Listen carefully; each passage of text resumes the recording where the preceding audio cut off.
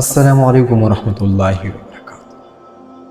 سلام عام کول پکار څومره انتهایی کېدای شي سلام عام کړئ. ستاسو باید زړه نه تکبر ختم شي، زړه نه غرور ختم شي، ستاسو چې کوم دی خلکو سره مینه محبت پیدا شي نو سلام عام کړئ. نبی کریم صلی الله علیه وسلم حدیث مبارکه کې راځي افشوا السلام، سلام عام کړئ، سلام خور کړئ، سلام زیاده نه زیاده هر یو کس ته سلام کوئ، سلام ډیر کړئ. السلام علیکم لس نه کوي، ورحمت الله 20 نه کوي، وبرکاتو 30 نه کوي.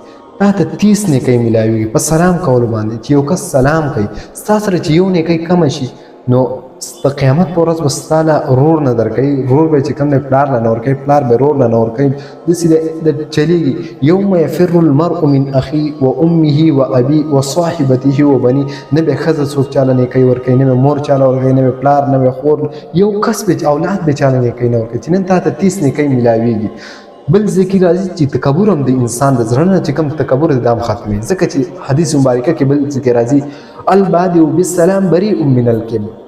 دا سلام چې څوک په مخ کې سلام کوي، یار سلام کول خلکو سلام په معنا لري کول یا سنت دي، سنت دي سلام نه ته سنت دي، ستار زړه نه تکبر ختموي.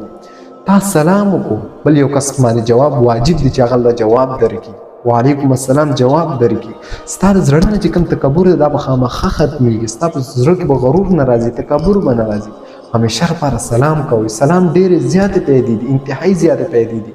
خو چېرې موږ وګورو یار زموږ زړونو کې یار د فلانکي کس ما ته ولې سلام ونه کړو، یار ته ورمخکې تی پې وکړه ستا د زړه نه به تکبر ختم شي. یار دې کس ما ته نه کوي چې کوم کس ناست یو بل روان یا روان کس ته پکار سلام پې وکړي. داسې کوم دی نور هم د دې ډېر انتهایي زیاتې پیدې دي، انتهایي زیاتې پیدې دي د سلام کولو باندې.